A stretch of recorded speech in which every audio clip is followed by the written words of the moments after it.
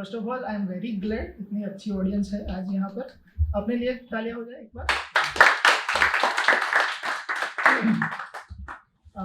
एक कहानी होगी, एक पोएट्री होगी।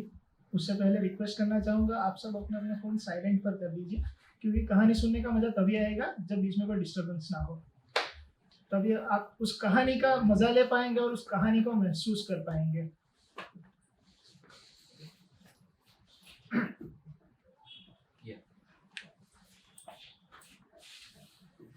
शुरू करते हैं। ठंड सर्दियों का वो मौसम था और मेरे आंगन में चहल पहल हो रही थी। हाँ, चहल पहल इसलिए नहीं क्योंकि बाहर सोसाइटी में कुछ बवाल हुआ था, लेकिन इसलिए क्योंकि कल हमारे आंगन में एक फंक्शन होने वाला था। मामा मामी, भाई बहन, चाचा चाची सब लोग इकट्ठा हुए थे और फंक्शन की तैयारियां कर रहे थे। इस माहौल को समझने के लिए शायद मैं थोड़ा छोटा था, पर इतना भी नहीं, क्योंकि मैं 12वीं में पढ़ाई कर रहा था। घड़ी की ओर मेरी नजर पड़ी तो पता चला कि 11:35 हुई है और और उतने में ही मेरे कमरे का दरवाजा खटका।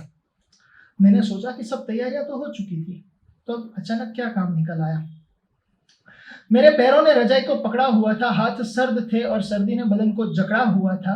बिस्तर से उठने का मन नहीं कर रहा था, बस सोता ही रहूं रजाई में मुंह छुपाकर, यही एक ख्याल कर रहा था। उतने में एक बार फिर मेरा दरवाजा खटका और बाहर से एक आवाज आई, रोहित चलो, अब और कितनी देर, हमें जल्दी जाना है, मंडप वालों का फोन आया है। जी, वो आवाज मेरे चाचा की थी। मेरे चाचा मुझ पर चिल्ला रहे थे क्योंकि मंडप वालों ने उन्हें फोन करके बहुत ही जल्दी बुला लिया था।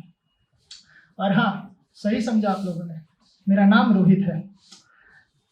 मैं कमरे से निकला, अपनी जैकेट पहनी, मैंने अपने जूते पहने, चाबी निकाली और मैं घर की दहलीज पार ही करने वाला था। उतने में मुझे एक ख्याल आया, एक बार स्मृति से पूछ लेता हूँ, अगर उसे कुछ चाहिए तो मैं उसके लिए लेकर आऊंगा। मैं धीरे धीरे उसके कमरे की ओर बढ़ने लगा। बस इतना सोचकर मेरे पाँव उसके कमरे की तरफ चलने लगे। मैं एक एक करके सीढ़ी चढ़ रहा था और न जाने क्यों हर बढ़ते कदम के साथ मेरी धड़कनें तेज हो रही थी। शायद इसीलिए क्योंकि आज शाम से किसी ने स्मृति को देखा नहीं था। माफ करना, मैं शायद आपको बताना भूल गया, स्मृति मेरी बहन का नाम है। मेरी वो बहन के जिसकी कल शादी होने वाली है। और स्मृति ने अपने आप को कमरे में इसलिए बंद कर दिया था क्योंकि वो कहना चाहती थी कि मुझे कुछ देर अकेले रहना है। इसीलिए आज शाम से किसी ने स्मृति को देखा ही नहीं था। अब मैं ठीक उसके कमरे के बाहर खड़ा था और मैंने दस्तक दी, पर अंदर से कोई आवाज नहीं आई और ना ही वो कमरे का दरवाजा खुला। वो कुछ सेकंड का सन्नाटा न जाने क्यों मुझे आने वाली अनहोनी का आगाज दे रहा था। मैंने एक बार फिर दरवाजा खटखटाया और मैं दरवाजे के पीछे से आने वाली आवाज का इंतजार कर रहा था। उतने में ही जोर से आवाज आई, रोहित बहुत हो गया, चलो अब देर हो रही है। मेरे चाचा एक बार फिर मुझ पर चिल्लाया। मेरे चाचा की चिल्लाहट और मैं उस कमरे की सन्नाटे ने मुझे एक बार फिर बहुत जोर से डरा दिया था।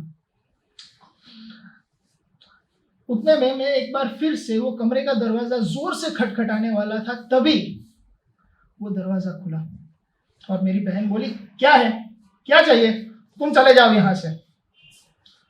न जाने क्यों, पर उस वक्त मैं उसका गुस्सा नहीं पर उसकी आंखें देख रहा था। उसकी आंखों में मुझे नमी दिख रही थी। स्मृति शायद रो रही थी और उस अंधेरे कमरे में आने वाले कल के बारे में सोचकर वो शायद इमोशनल हो गई थी। आखिर हो भी क्यों ना, एक लड़की अपने 25 साल का घर छोड़कर एक किसी और घर में जो जाने वाली थी। मैंने बड़े आराम से पूछा, क्या तुम्हें कुछ चाहिए?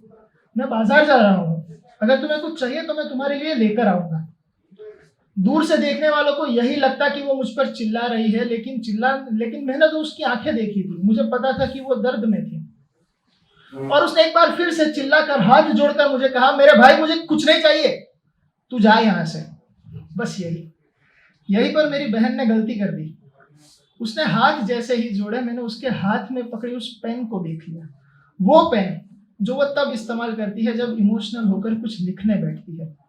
मैं भागकर उस कमरे में गया, उसकी टेबल के पास पहुंचा और वो कागज मैंने ले लिया। पर इस बार स्मृति मुझ पर गुस्सा नहीं हुई।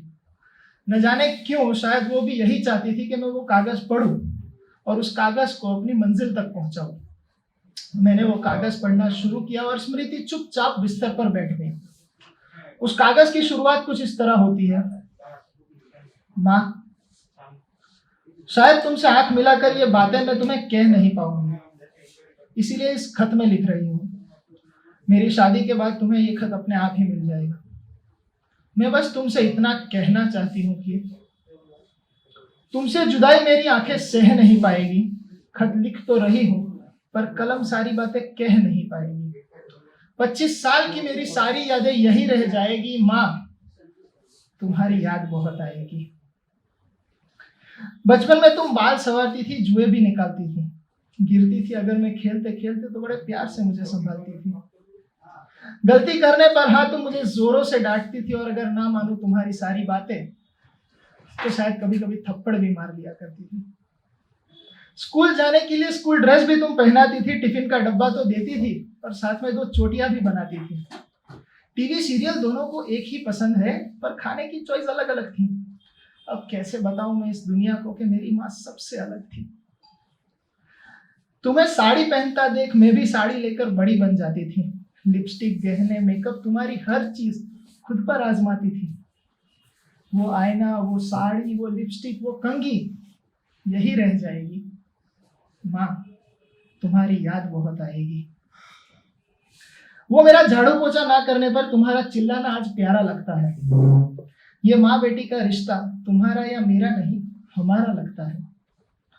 तुम हमेशा कहती थी भिंडी की सब्जी में नमक थोड़ा ज्यादा लगता है, और बाल खुले मत रखो, तेल डाला करो। आज ये बातें तुम्हारा एक अफसाना लगता है। अब मायके जाऊंगी तो पता चलेगा कि 4 लोगों के लिए कितना खाना लगता है। आंसू तुम्हारी आंख में है और फिर भी होठों पर हंसी शायद मेरी ही खुशी का बहाना लगता है। मोबाइल रखो और काम में हाथ बटाओ, अब कौन ऐसे डांटेगा। ये बस ख्यालों का फसाना लगता है। मेरे लिए तुम ही मेरी सब कुछ हो, बाकी सब बेमतलब जमाना लगता है। ये सारी बातें खत में नहीं शायद दिलों में बस जाएगी। माँ, तुम्हारी याद बहुत आएगी। देखो माँ, दरवाजे पर मेरी बारात आने लगी। शॉपिंग तुम्हारे साथ किया करती थी, अब दोस्तों के साथ जाने लगी। शॉपिंग तुम्हारे साथ किया करती थी, अब दोस्तों के साथ जाने लगी। माँ देखो, मैं बड़ी हो गई, मैं मायके जाने लगी। खत लिखते लिखते वो सभी यादें मुझे याद आने लगी।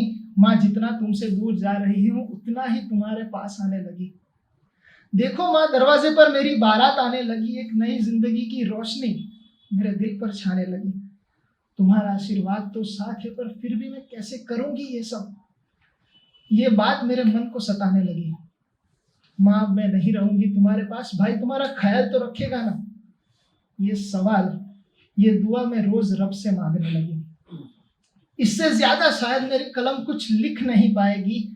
बस इतना कहना चाहती हूँ माँ, तुम्हारी याद बहुत आएगी, तुम्हारी याद बहुत आएगी।